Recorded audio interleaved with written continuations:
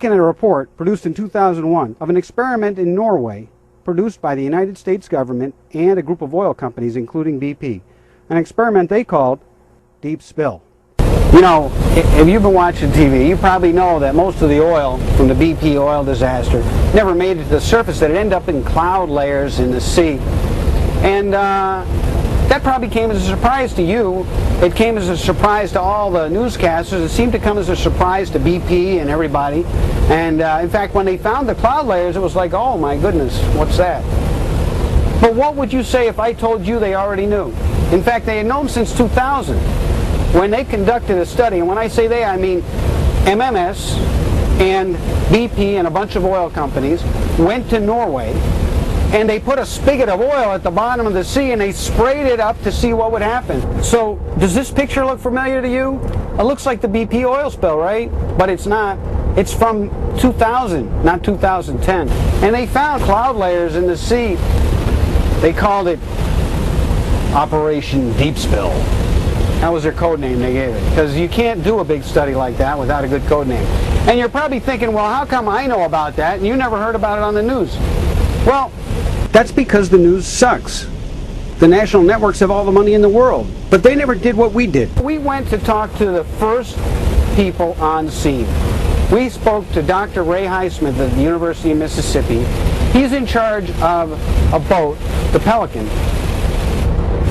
which was the first research vessel on scene at the Deepwater Horizon disaster. Weren't you out studying at the time that the rig exploded? I'm Dr. Ray Highsmith at the University of Mississippi.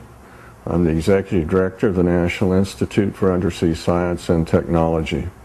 The observatory group was actually out there when the rig was on fire. What's the name of that ship?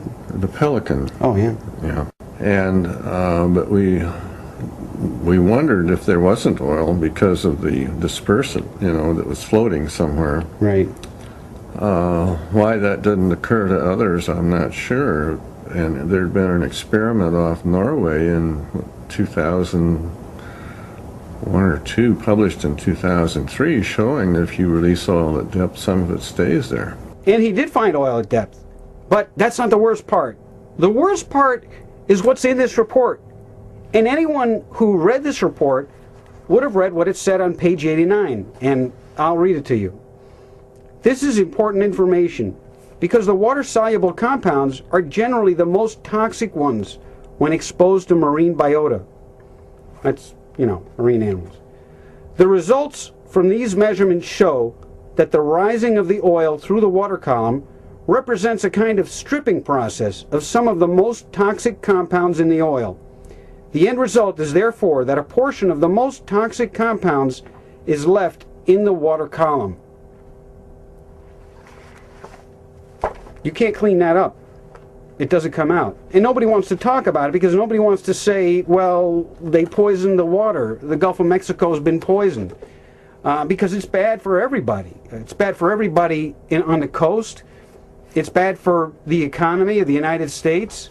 It's bad for real estate and fishermen and tourism.